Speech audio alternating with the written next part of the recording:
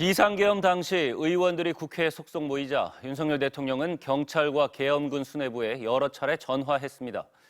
이에 대해서 윤 대통령은 현장 안전이 걱정돼서 전화한 거라고 했죠. 그러나 계엄군들 진술은 윤 대통령 발언과 완전히 다릅니다. 김상훈 기자입니다.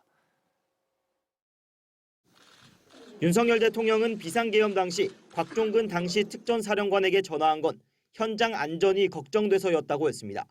어디 있습니까? 하니까 저는 지금 지휘통제실, 지통실에 있습니다 해서 그러면 화상으로 보는 거군요 하고 수고하라고 저는 전화를 바로 끊었습니다.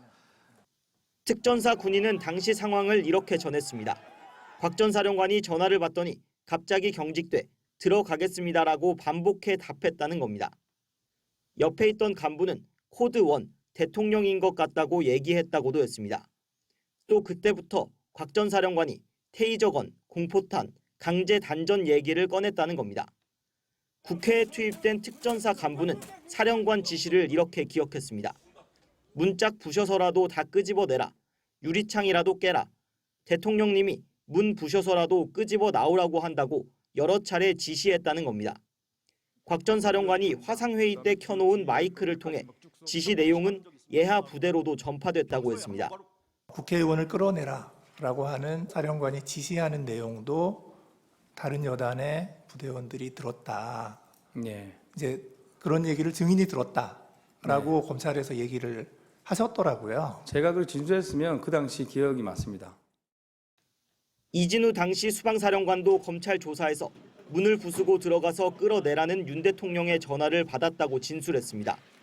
함께 차 안에 있던 수행 장교도 들었다고 했습니다. 현장을 지휘한 조성현 수방사 1경비단장도 사령관이 전화해 국회 본청 내부에 진입해 국회의원들을 외부로 끌어내라고 지시했다고 진술했습니다. 검찰은 김창학 수방사 군사경찰단장 등 현장 지휘관들이 작전 상황을 공유한 녹음 파일 수십 건도 확보했습니다. 수방사든 특전사든 윤 대통령 지시가 이진우, 곽종근 두 사령관을 통해 현장에 전파된 겁니다. 헌법재판소는 재판부 직권으로 조성현 수방사 단장을 증인으로 채택해 오는 13일 신문하기로 했습니다. MBC 뉴스 김상훈입니다.